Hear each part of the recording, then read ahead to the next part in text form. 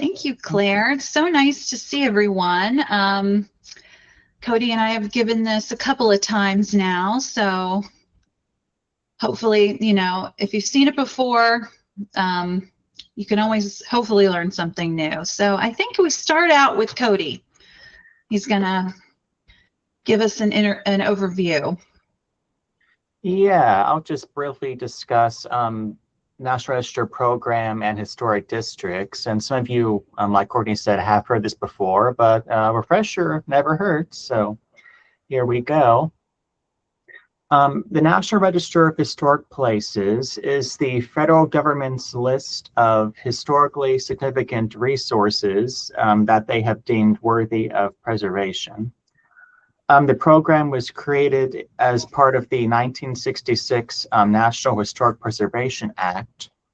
It's administered nationally by the National Park Service and the Department of the Interior, and overseen locally by state historic preservation offices in every state, territory, and many tribes. There's about 100,000 properties on the register across the country today, encompassing about 2 million resources. Of those, about 1,100 are in West Virginia, or 26,000 individual resources. Ooh, okay. What listing does provides recognition and prestige for the property. Listing is primarily an honorary designation, a symbolic gesture, great source of pride for the property owner and the local community. It provides limited protections from state and federally funded actions through Section 106 reviews. Properties listed are eligible to apply for grants, both through our office, the National Park Service, and various other entities. And properties are eligible to apply for historic rehabilitation tax credits to do various rehabilitation projects, like some of the work Meredith discussed in her presentation earlier. What listing does not do? There are many misconceptions about what having your property on the National Register means. A lot of people think that it imposes restrictions or obligations on your property. In many cases, that's not true. Listing does not restrict the use or sale of the property. It doesn't require you to maintain the property in a certain way. It doesn't require you to open it up to the public for tours or whatnot. While it does open up avenues for financial incentives, it doesn't guarantee any funding for restoration or perpetual maintenance. In many cases, it does not protect your property from being demolished, either by yourself or other parties. It doesn't provide a historical marker for the property, sadly. I love markers. And these lack of restrictions are only on the state or federal level. Counties and municipalities, primarily through historic landmarks commissions, such as yourselves, can establish their own regulations and design review for the treatment of properties, but it's entirely optional and not something that state and federal governments do. What are the basic qualifications for listing? And this is focused more towards historic districts. Properties or districts have to be at least 50 years old in most circumstances. They have to retain historic integrity, meaning that it has to mostly look like its original historic appearance. There can't be too many alterations, additions, or things that just change the historic fabric of the property in an insensitive way. For the case of districts, you have to have the consent of at least 50% of all property owners within the district. If you're doing a nomination for a district and 51% of all the property owners submit an objection, then the nomination is blocked. It cannot move forward. And then a nomination has to meet at least one of 4 different criteria of eligibility established by the National Park Service. And these are connections to specific historic topics. It's not enough for a property to be old. It has to be important to some kind of historical theme or pattern. And I'll get into these 4 topics a little bit later, but basically they are connections to a historic event or pattern, historically important person, historical architecture or design, or archaeological potential. Specifically, what is a historic district for the National Register? It's officially defined by the government as something that possesses a historic significant concentration, linkage, or continuity of sites, buildings, structures, or objects, united historically or aesthetically by plan or physical development. So what does this mean? Basically, it's a grouping of buildings or other resources that are in close proximity to each other that are connected together by a unifying historic theme. Like a downtown neighborhood might be connected by a shared history of commerce if they're all like built storefronts and whatnot. In the majority of cases, a historic district must be contiguous. We can't do donut-shaped districts. It has to be one single unified shape. It can't be broken up into different smaller chunks. You can't take a building or a block inside a district and cut it out and separate it. It all has to be one unified shape. And then all the resources in the district have to collectively meet at least one of the criteria for eligibility, which I'll discuss here in a moment. Another important thing, every resource within the district, whether or not it is actually historic, has to be documented in the nomination form. And they're divided into 2 categories called contributing and non-contributing. Properties in a district that have historic value and meet National Register qualifications are called contributing resources. And these properties are considered legally to be on the National Register, and they are eligible for all the financial incentives, protections, and whatnot. Properties that don't meet these qualifications, whether because they're too young or they're too altered, stuff like that, are called non-contributing. Non-contributing properties are those within a historic district, but they don't have National Register status. Like if you have a historic district listed, but there's a Sheetz gas station smack in the middle, the gas station is not on the National Register. You can't get historic tax credits or grants to repair your Sheetz because it's just not historic. And I'll briefly go by the 4 different criteria one by one. We have criterion A, which is for properties that are connected to a historic event, a pattern, or a trend. And this is a very broad category. It can be topics like the history of education, commerce, military conflicts, politics, social history, economics, a wide range of categories. And most historic districts use criterion A in their nominations. The picture here is of the Welch Commercial Historic District in McDowell County. And it was listed, among other things, for commercial history because of the wide array of businesses and commercial buildings located within the district.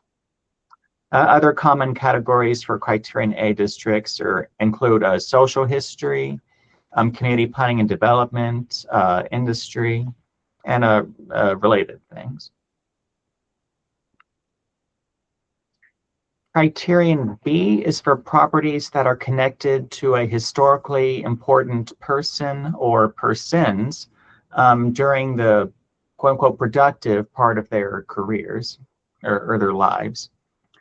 Usually these are more for individual properties, and it's typically the home or workplace of an important individual. It's very rarely used for historic districts because by their very nature, districts include a large body of resources, but there are limited exceptions. The little boundary depicted here is for the South Church Street Historic District in Lewisburg, and it encompasses just 3 houses. And it got listed under criterion B because each house was the home of a prominent local businessman who was important in the, I think mostly the coal industry, maybe some other concerns too. I think there was one important educator who lived there as well. But criterion B districts are the exception rather than the norm. Criterion C is another common category for historic districts.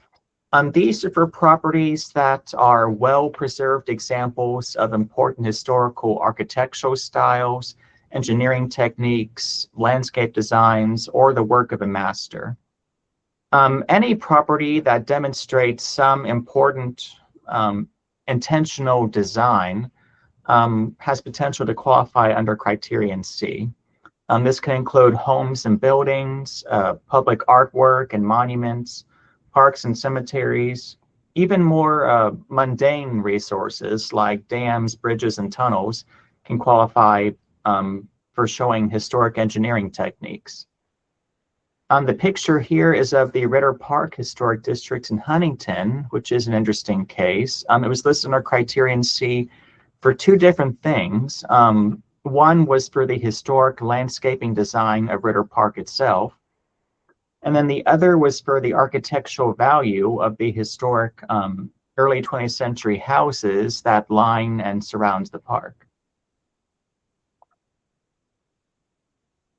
And then criterion D is for properties that can be studied and researched to identify new information on a historical subject.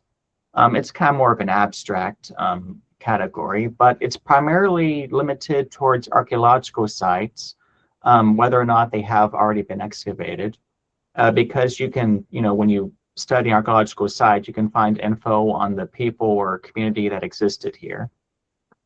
In West Virginia, criterion D nominations are usually limited to Native American sites, burial mounds, or other burial grounds, the sites of colonial era forts or Civil War battlefields, and even some industrial sites too. Pictured here, may look familiar, is the Nuttleburg Historic District in the New River Gorge National Park. It was listed underneath criterion D because it has a large amount of ruins and artifacts scattered across the property. And by studying those ruins and remains, people can learn more about the history of coal company towns like Nuttleburg. So that's an important resource.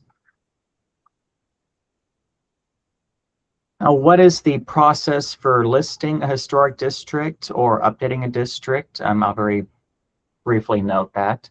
In most cases, you should have a historic preservation consultant hired to conduct a survey of the proposed area.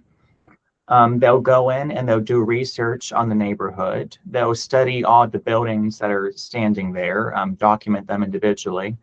And they'll compare to see how the buildings look compared to their historic appearance, look at what changes have occurred to the area over time.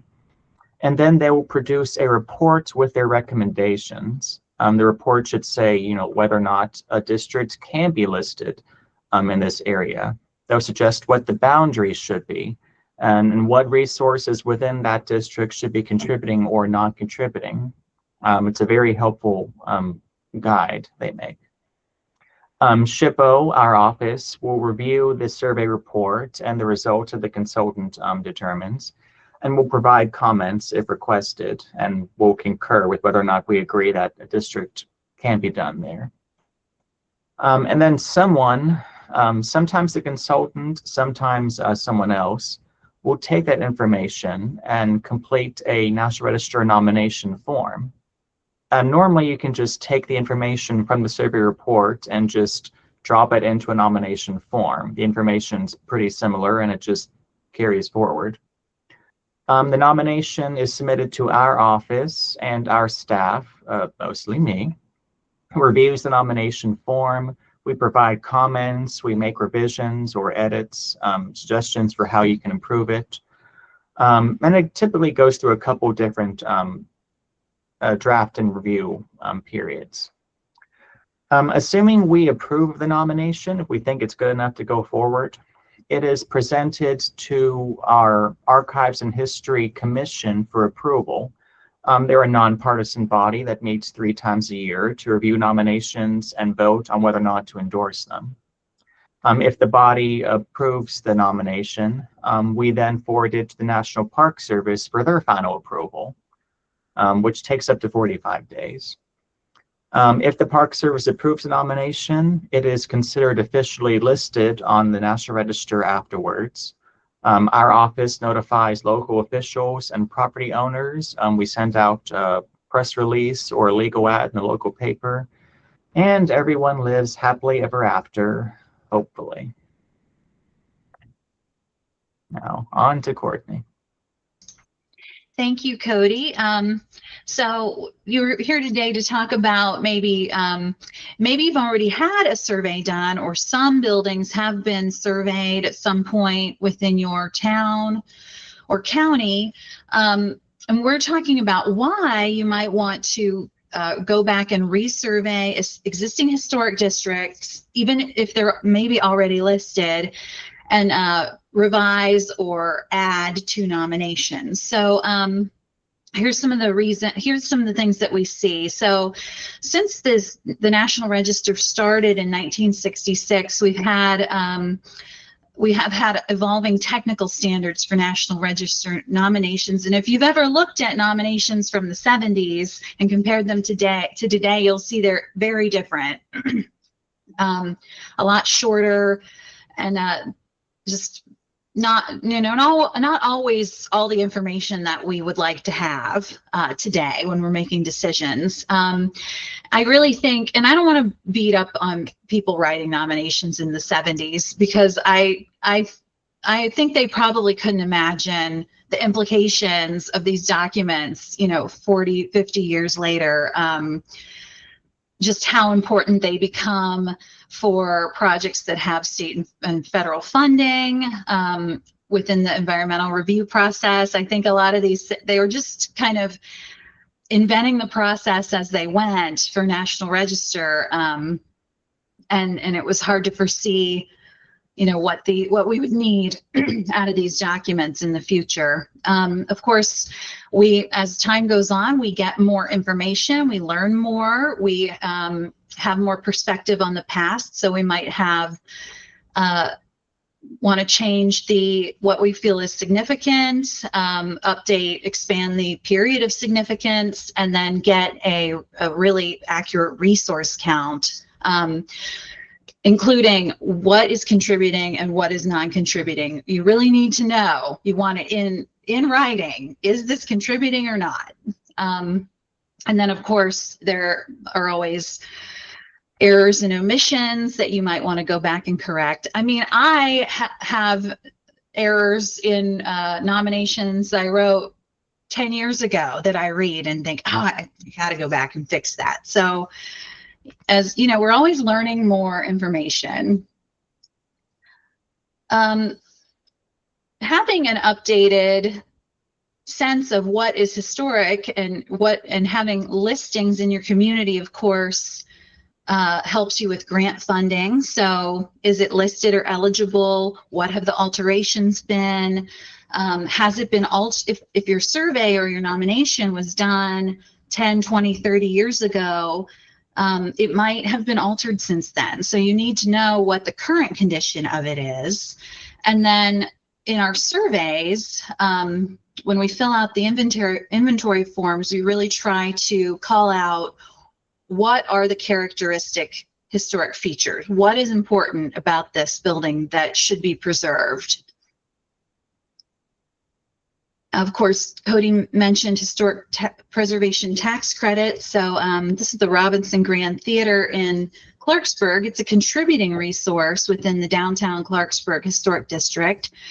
And it was restored, and they used historic preservation tax credits. It was a major part of the funding for that. So this is a huge selling point, a really great program that has made historic buildings functional and contributing, don't want to use that word, given them new vitality within the community. So we want to encourage people to do that, but that it needs to be listed. It's either individually listed or as a contributing resource, and it doesn't matter which. Being a contributing resource in a historic district is just as good as being individually listed in terms of grants and historic tax credits. And then the other fine print is that if you get a tax credit or a grant, it does have to conform to certain historic preservation standards.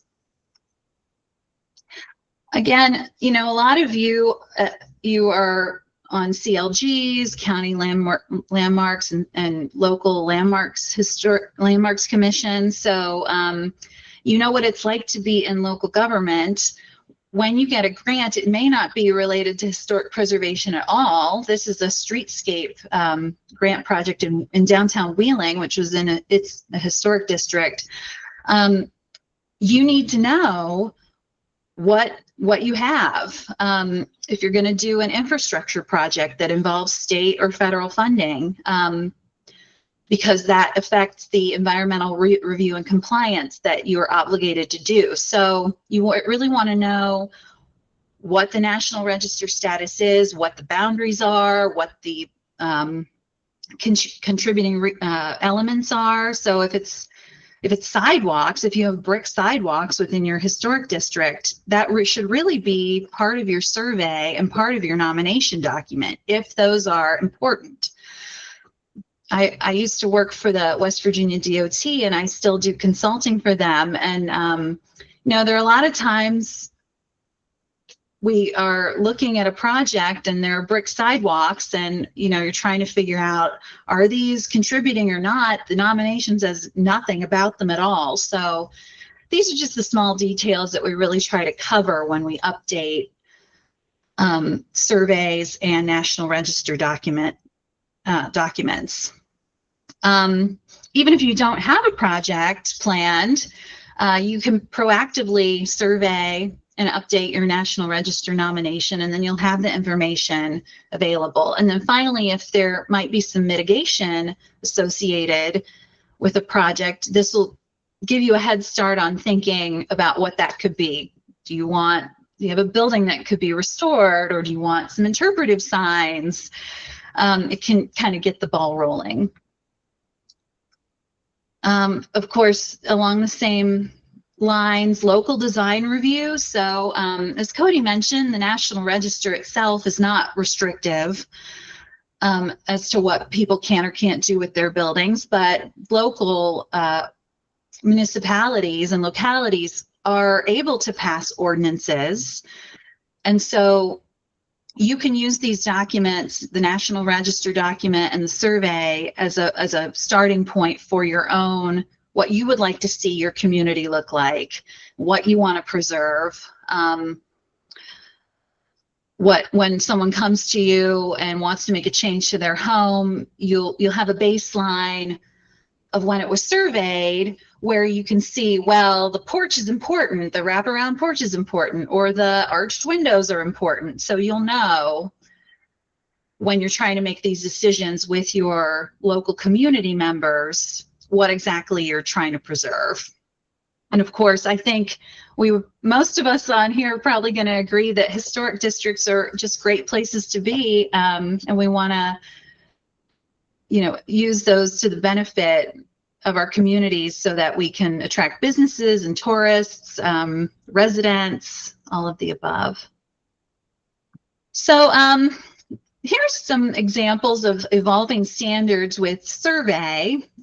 These are some of our earliest inventory forms. So the one here on the right, these are probably the first, I think these are the first survey forms that they had. It was still called the West Virginia Antiquities Commission. So kind of is similar information, and then later it expanded to 2 pages, and this is similar to the form we have been using for many years here on the left, these 2 pages.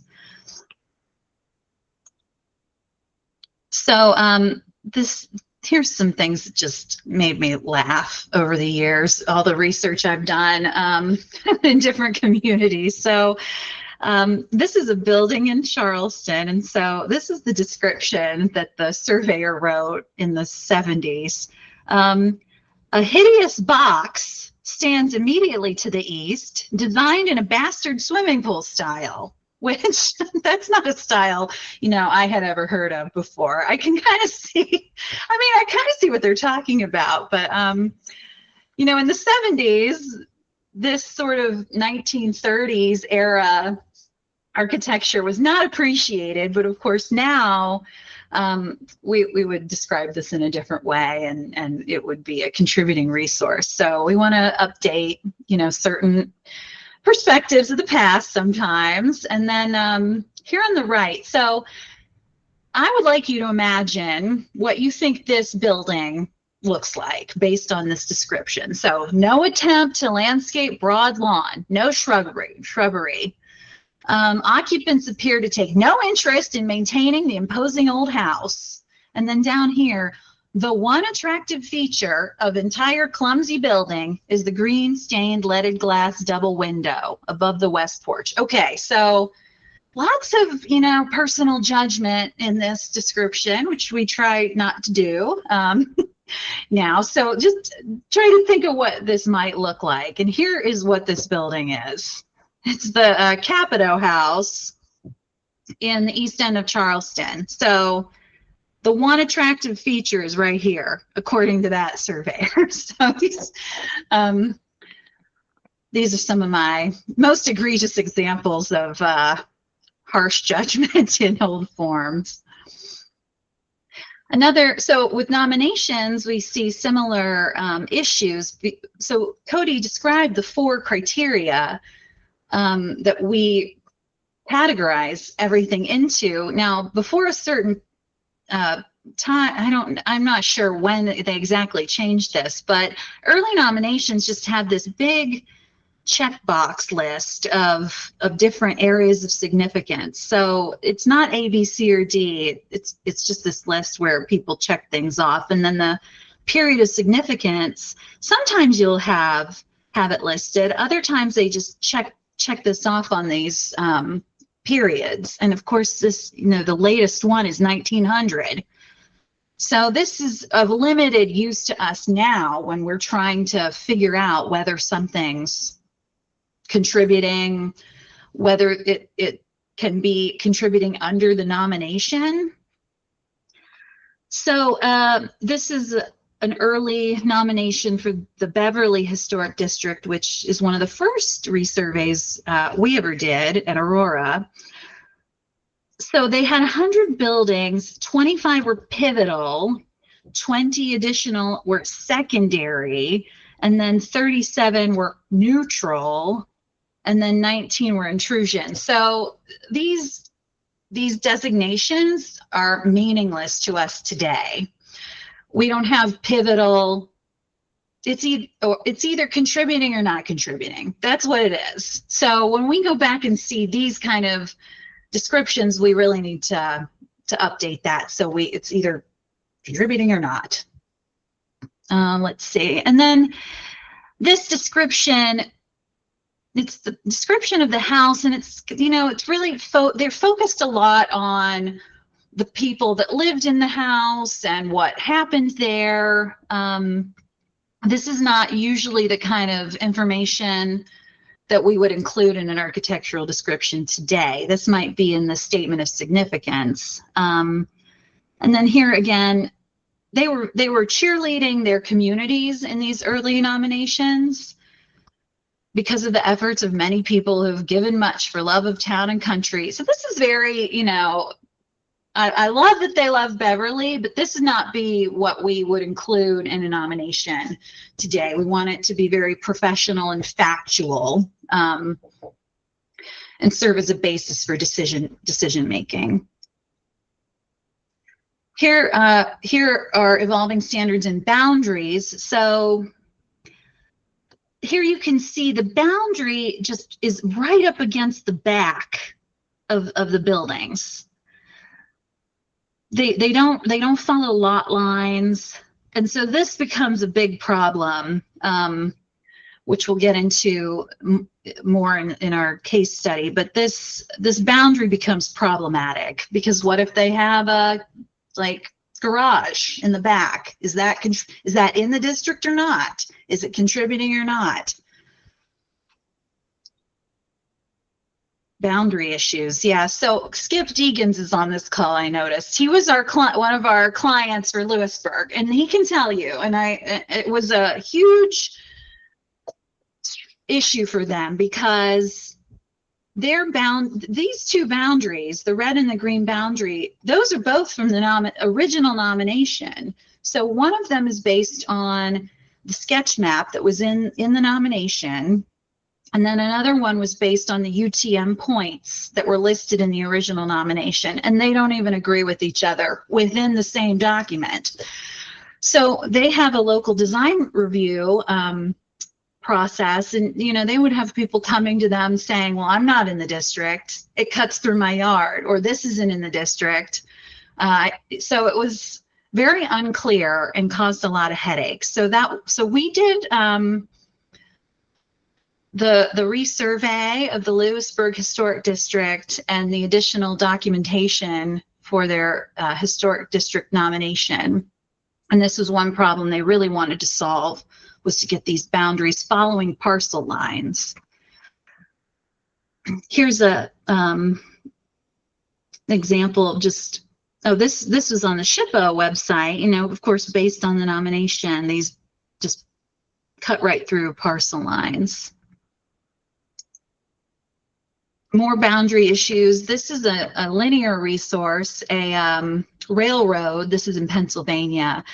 And in the original nomination, the boundary was 60 feet from the middle of the center line on either side, just the whole way, 120 feet the whole way down. They said that represented the right-of-way, but that was not the right-of-way along this entire corridor. And so here we have an elevated part of this railway, and the DOT wanted to do a little work to this road, but this boundary was so wide that it kicked in all these environmental and Section 106 requirements, when really this work was grade separated from the railroad and not really affecting anything, but it was within the boundary. So, it had to go through the Section 106 and other environmental processes. So some of the issues or the challenges that we've run into as we've done some of these resurveys is as things have become digitized, and I think this is getting better and better, but the coordinate was not always on the actual building when you went to find it. So then you would have to look at the old historic property inventory form and look at your pictures or look at aerials and try to correct the coordinates. And that's because we use different kinds of coordinate systems, and things shift around based on the year and the references you're using. So sometimes you have to go back and actually figure out where these are. Another thing that's been going on statewide is renumbering addresses to make it easier for 911 responders, which is, fantastic. But for us, when we look at an HPI form, it has an address that doesn't exist anymore. Now we have to, and the coordinates aren't quite right, then we have to, it's even harder to figure out where that was. So we've got to try to match everything up. Sometimes things have been demolished. And then, and this all feeds into mapping. So we really want to have as accurate mapping as we can possibly have. So we use GIS to do our mapping. So what we do, well, there's a deluge of information. And so the first thing we do is create a database. And so we try to list every single building, its current address, cross-reference it with previous addresses. We look at every HPI we can find on the SHPO website, put that in. We don't want to create a new record for a building that's already been surveyed just because we missed it or it wasn't in the right place. So we're really trying to make sure we have everything matched up with the previously surveyed properties. After that, after we're confident that we've matched everything up with where it's supposed to be and what its new address is, then we'll look within the rest of the district to see what has not been surveyed at all.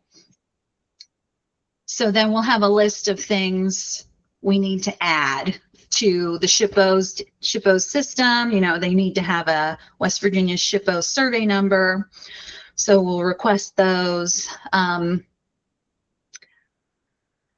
so it is, you know, it can take a long time. In Lewisburg, they had, I think the nomination had 120 pivotal buildings, and then they had it had a list of other buildings, but it wasn't a comprehensive list of everything in the boundary. So and then that they had changed, the addresses had changed. It took a really long time to get everything matched up. I think we finally did it, but I'm sure in 10 years I'll look back and see, you know, something we need to fix. Oh yeah, so here's Lewisburg. The street address, here's the building. The old street address was 521 East Washington. The addresses are totally different now. Here, the dot, you can see these points are not on a building. So what I had to do, what I do a lot is look at the roof line and look at the roof plan and try to match up which building it actually is. So it's not, here's where this HPI point was, but this property is actually right here. So not on the building at all. So when we do field survey, we conduct a survey with the National Register nomination in mind. So we'll document every single building. We might not necessarily do an HPI form for every building, but we want a picture of every single building, no matter what, and its coordinates. We're going to write the narrative descriptions so that we can just take, if we need to, just take those, us or whoever comes next can take those descriptions and feed them right into the nomination form, so they won't have to rewrite anything or do a lot of additional work. We want to take at least 2 views of every single building, but of course, it's always good to take more photos than you think you need, because when you're back in the office and you're trying to describe a building and you don't have the right photo, that's when you're kind of kicking yourself. Keep a photo log, making a note of where you were. Because when you're doing, so Lewisburg had almost 500 properties. And so things, you think you know where you were, but once you get up into the hundreds of properties, everything kind of starts to blend together. So keep a photo log. And then I love talking to people that approach me when I'm out doing a field survey. I always start with, we're studying the history of the neighborhood, because they assume that you're, I don't know, with the tax department usually, or I don't know, with the DOT, and they want you to fix potholes. So I start with, I'm a historian, and that usually breaks the ice, and then people are very happy to share information that they have on the neighborhood or on their homes.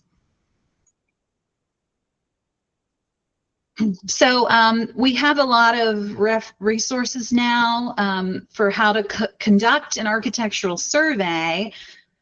really, I mean, you don't have to make it up. It's all outlined in the National Register survey manual, which they're in the actually in the process of updating, which I'm sure Cody can fill you in. But until that's done, this manual, which is available online, tells you how to do things. It has for example, architectural styles. It has a list of the architectural styles that you're supposed to use. You don't need to try to, think of new ones or invent it. You just look at the list, and if you don't know, you can always ask an expert. And same with materials, so exterior materials. In the manual, there's a list of the exterior materials that the SHPO wants you to use. I'm sure if you had something else that was kind of out there, you could talk to Cody or whoever and say, well, can I use this? I mean, they'll work with you, but there's no need to try to like invent things. You just follow the manual. And then here's some other sources I use a lot when I'm doing field surveys. So I'm going to turn it back over to Cody, who has an exciting update on the HPI forms. Yeah, almost forgot. So Courtney was talking about how our survey forms have changed over the years, for better or worse. But we have recently, by recently I mean, I think this month actually, just unveiled a new and improved historic property inventory form for conducting such survey work. Thank you, Claire, for that link. We're hoping this new form will be a lot more streamlined and easier to use, both for professional consultants as well as members of the public and COGs such as yourselves. We wanted to put all the most important information on the front page so it's easy to find the information you're looking for. And then the additional pages can be for more in-depth, information about the property. And then you can attach more photos, figures, maps, and other materials to the end of the form. So that is now up on our website. And if you all would like copies of the templates to use for yourselves, just shoot me an email and I'll be happy to send you that and some instructions for how to use the form. Very exciting. Thank you, Cody. So the way that we do ours, my particular company does our surveys is that we use an app called FileMaker. Of course, you can, there are other programs that can do this. ArcGIS, Survey123, which is a GIS-based app, probably Access, and I'm sure there are more, but we have gone digital and we do everything on a mobile device. So this allows us, so here we've pre-populated all of the choices from the survey manual so that we're in the field, we can just scroll through here and pick the right one for the building we're looking at.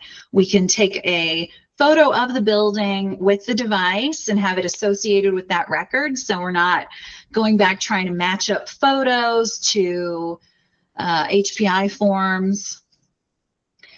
And so for us, we've designed this in a way so that the data we gather in the field, we can just flip that right into the HPI format, which I'm going to have to change now because to update it to match the new one. So this is how we streamline our surveys, and then this is all in a database that we can import into GIS. So this, I was just a one-person company for 10 years, so I had to find ways to make things streamlined and efficient, so I didn't have to keep doing the same thing over and over. So this is how this has worked well for us. So here again, doing the research, it's so nice how things have been digitized. I'm sure many of you remember when Sanborn fire insurance maps, you literally had to go to the archives, get this huge volume of these Sanborn fire insurance maps, and page through them. They were really, they're such wonderful resources. I mean, these, if you're not familiar with Sanborn maps, they were produced by insurance companies from the 1880s all the way up through the 1950s as a way for them to decide how much money to charge people for insurance. So if it's a yellow building, it was a wood frame. Red is a brick building. The blue is, all of these colors have meanings. It tells you what was in the building, a dwelling, a store. Sometimes it'll be more specific. So there's just such a wealth of information in Sanborn maps. And there are many of them digitized at the Library of Congress, loc.gov. Topo maps also have been digitized and added to TopoView, which is a free USGS site. So you can go on here, click on a point on a map, and then there's a menu of all different years of topo maps. Another one I use a lot in West Virginia is West Virginia History on View, which is West Virginia University Regional and History Collection. They have a huge digitized collection of historic photos. HistoricAerials.com is a website that has historic aerial imagery. Other sites have this as well. That's the one I happen to use. So then you can, again, click on a point in the map and then select. You can see different years, and you can see, you can at least narrow it down if you're trying to figure out when a building was built. You know, it was here in 1955. It was not here in 1955. It was here in 1960. So now I have a better idea of when that building was constructed. And then finally, Ancestry.com, we use a lot for the census records and for city directories, which can really tell you a lot about who the makeup of a community, what their jobs were in a certain year, demographic information if you're trying to understand the history of a community. So these are just some of my favorites.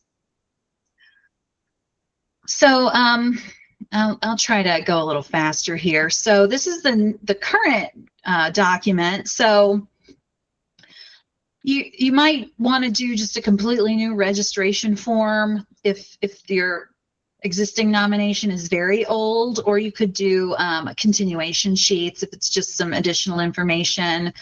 We include the historic context, the history of the community, a defined period of significance based on the context, not just, we try not to do just 50 years ago. We want to have a reason and a justification for what our period of significance is. And we clearly describe the criteria and areas of significance. We really want to be very clear in the National Register boundary and have a complete inventory, every single building, and even the outbuildings. Is this contributing or non-contributing? Okay, so this is back to Cody for a case study. Okay, and this is one of my favorite examples of why we should resurvey and update our historic districts. So this is one of our more well-known nominated districts. It's the Wheeling Historic District in central or downtown Wheeling. It was listed back in 1979. At the time, the district had 204 contributing resources and 53 non-contributing or non-historic resources. And the period of significance was from 1825 to 1939. That means everything prior to 1939 was considered historic, and everything after 1939 was non-historic. Now, 1979 was a long time ago, as scary as it is to think about now.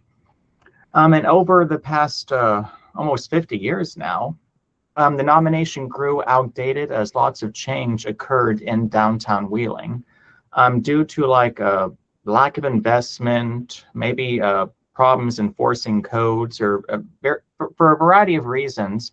A lot of buildings were demolished over time or had to be demolished. Some were altered. some new buildings were constructed. And there were some non-historic buildings that, as they grew older, aged past 50 years old and began to take on their own historic significance. Here is a map of the boundaries for the district. All the little blue pentagons are properties that are standing in the district, and all the gray ones are properties that have been demolished over time. So as you can see, there's been a great deal of loss of historic fabric in downtown Wheeling.